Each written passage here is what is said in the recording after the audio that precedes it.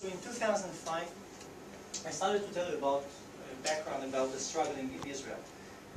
2003, there was in Israel election.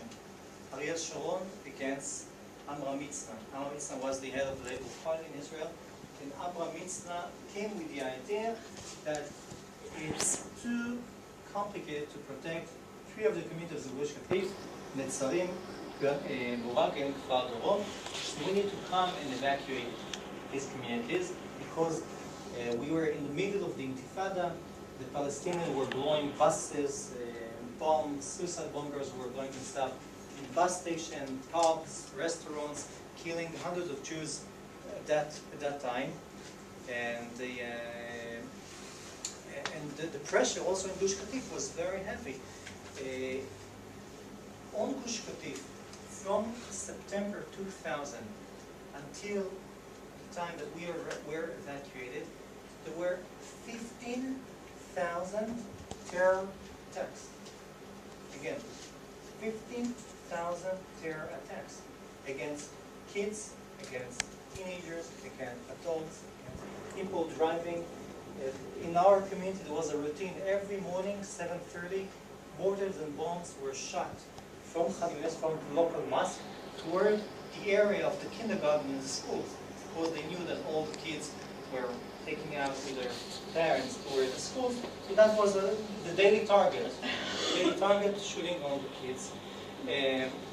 The roads of Gush Katif, the kids, several times the buses that were taking the kids from place to place in Gush Katif were attacked by the Palestinians. In one of them, two teachers were murdered. The teachers were on the bus when a suicide bomber with a car bomb ran into the bus and blew himself, and many of the kids were injured. One of the families, the Cohen family, which became famous after that, 4 of the kids lost their legs in these terror attacks. And so during that time, a lot of terror attacks took place in Gush Katif. But the people felt that the source, the reason why the Palestinians were attacking Gush Katif was not because they're interested in the Beit Kalim or the Burak. We felt there was something much more deeper. The hatred was much more deeper. And I think that when somebody is speaking to you in Arabic or in his own language, you need to listen to him. And all the mortars, all the bombs that were shot from Khan Yunis, from Gaza, from Dir al-Balah, it was written El-Quds, means Jerusalem. I believe that you're practicing now your Hebrew, your Arabic, yes? So El-Quds means Jerusalem. So they told, their message was, we are shooting on a Beit Kalim, but the target is Jerusalem. And many Israelis didn't realize it. Many Israelis thought that people who support this again thought that by taking all the people from Gush Katif, so the atmosphere will become much nicer, and the Palestinians are going to love us, and then we're going to be able to create Singapore in the area. So that was the conflict. By the way, after a while, after a year, I told you about the election in Israel. Amram Mitzna lost. The majority of the Israelis voted for Sharon, who was against any disengagement, any uprooting of any communities. But suddenly, after a while, as a result of a huge pressure coming from the world, as a huge pressure coming from the Israeli left, and in Israel, as in many places around the world, the elites or the media is much more dominated by liberal forces. That's a fact. And the elites in Israel were able to force Sharon, and Sharon suddenly changed his mind, and from a guy that was the father of settlement, he became the enemy of the settlement, and he decided to come with the idea of disengagement back to uproot 21 communities in Gush Katif and 4 in the Samaria, in North Samaria. And from that moment, everything started, because all the people who voted for Sharon felt that we were betrayed, because the year before, they voted for Sharon because he was against Mitzna, who supported uprooting of 3 communities. Suddenly, Sharon is not only adopting Mitzna's plan, but he's adding 18 21 communities made it 22 communities because 25 communities were uprooted with the fall of the Samaria. And so people felt very frustrated. I think that this is one of the darkest days of democracy in Israel. Darkest days in democracy. Because when you do such a plan, you need to think about it. And there was no real thinking in Israel about it. Sharon started to initiate this plan, and we went to the Likud members felt that they were betrayed.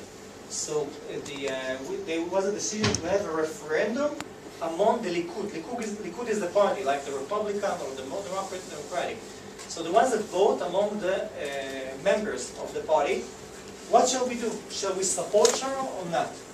And Sharon and the government came with a very, very massive campaign explaining to the people that how marvelous is the plan, and how the world is going to love us, and the Palestinians are going to love us, and we can see we all will benefit from the fruits of this engagement. And 2 weeks before this engagement happened, 70% of the Likud members supported this engagement. We felt very bad about it. We felt that the government was not supplying the people the real information. So we started our own campaign. We felt that we don't have the money to put big logos or billboards, so we're going to talk to the people directly. And we checked and we felt that there are 200,000 Likud members around the country. So we said, okay, let's visit them. Where are they? In Eilat, in Ashdod, in Tiberias, in Haifa.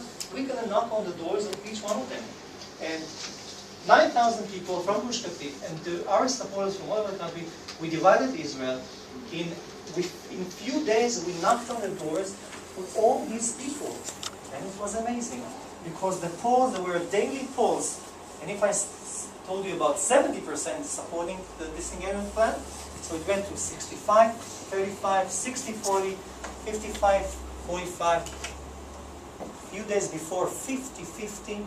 And the day of disengagement, 62% of the Likud members voted against disengagement. I think it's a brilliant campaign. No? I don't think too many people were, to be able to change the opinions of so many people in such a short time. That's an achievement which is tell you about the devotion of the people. People were ready to leave everything, their studies, their universities, their school, their labor, and to dedicate to this. But as I told you, it was the darkest day, darkest period. Sharon said, so what? I'm not committed to the results of the Likud referendum. So we went to the government. And the government again, the majority of leaders, the ministers in the government were against it. So what do? We fired all the opposition and we created a majority. Sharansky, Ben Yelon, Uzilando, everyone who was against the plan was fired, and so then we got a majority. And the list is very long. I can speak about hours about the entire process, which was far away from being democratic. But it was supported by the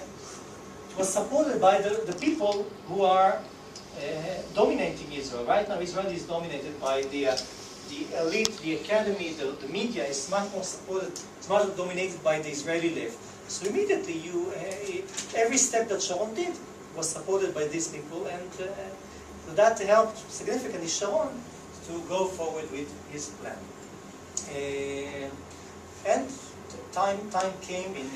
The struggle was very long. We did demonstration and human chains and meetings, and brought over 1.5 million people to Gush Katif to learn the facts from first hand. And but in the end, in August 2005, we were basically evacuated by 57,000 soldiers that came to fulfill this mission, which everything was very, very scary. So that's I think it was a good background.